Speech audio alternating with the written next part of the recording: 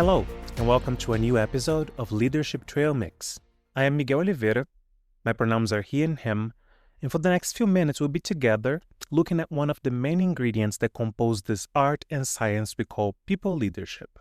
As we approach episode 40 of Leadership Trail Mix, I found myself thinking about how amazing this journey has been for me.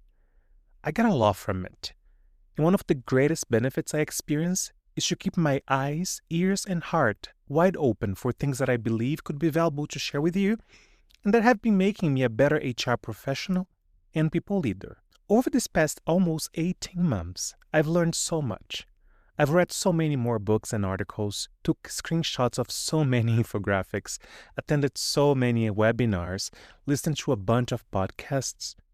I've grown a lot, and I'm becoming a better communicator.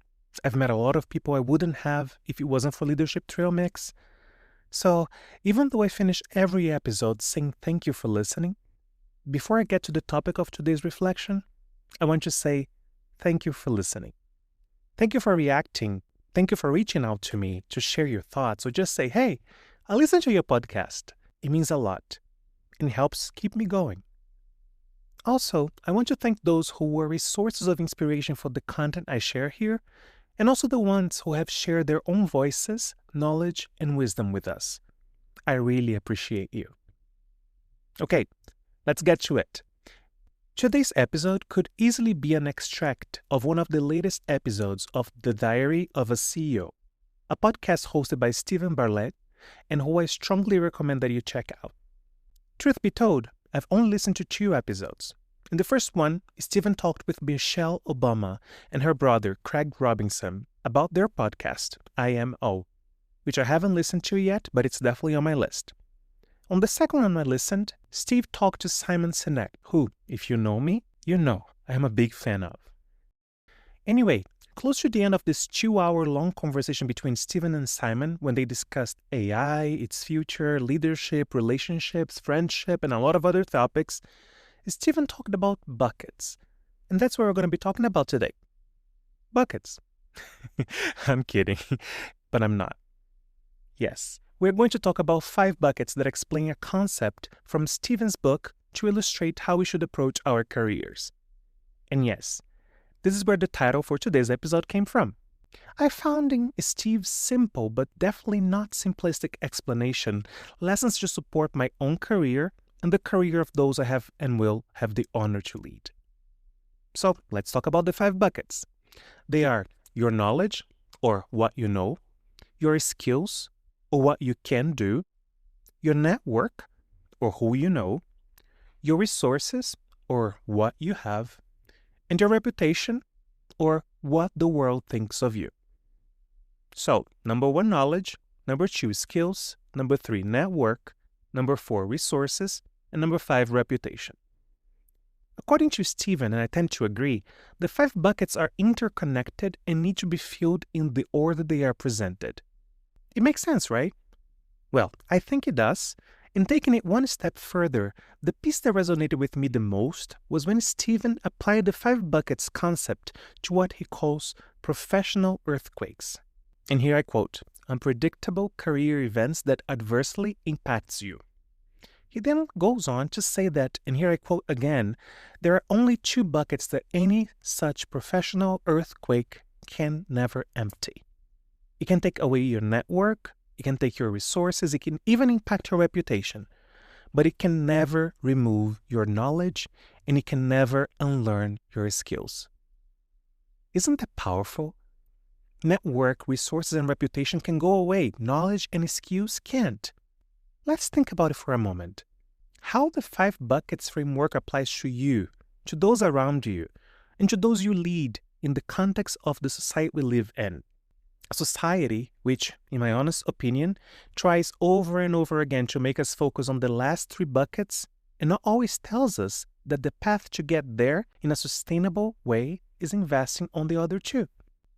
A society in which, for a number of reasons, some people even get to fill their last 3 buckets without the first 2, giving us the impression that there might be another way, just to then see earthquakes empty their buckets completely, leaving them with nothing to start again with. Thinking through the lenses of people leadership, I have to poke holes to Steven's buckets. Yes, actual holes, not criticism ones. As leaders, I think our knowledge and skills buckets should have holes for 2 reasons. The first one is to help fill other people's buckets, which speaks to the need for people leaders to be people growers. People who care about the people they lead, who want the people they lead to be better than them and to reach higher places than them. Well, you may say that if buckets 1 and 2 overflow, they will also help fill other people's buckets. But if so, the second reason for holes may stay unaddressed. Keep us humble and always learning. Okay, but how about the other 3 buckets? Shouldn't they have holes as well? Am I saying that we should be hoarders and not share our resources, our network, and our reputation? No, that's not what I'm saying. At least not when it comes to resources and network. I think it's hard to share reputation, so I'm choosing not to touch that bucket for now.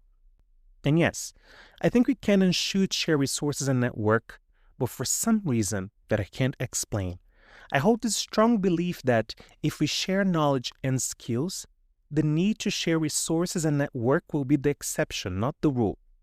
It's the whole teach them how to fish principle, you know? How can our impact outlive us? How can it be sustainable? I believe it is when we share the intangible, the hard to measure, the hard to ask back, which happen to be the things that truly make a difference. One thing I don't think Steven mentions in his book or in the chat with Simon, but that I believe is a prerequisite for us to even start the conversation about buckets, which means that I should probably have started there, but well, too late, is self-awareness. A well-balanced sense of worth, and, if needed, we also need courage. Self-awareness is needed to know what you know and can share, and what you don't know and therefore shouldn't share. A well-balanced sense of enoughness is needed to not let imposter syndrome tell you that you don't have what it takes and that you don't have anything to share, which may lead to you not having the impact that you could.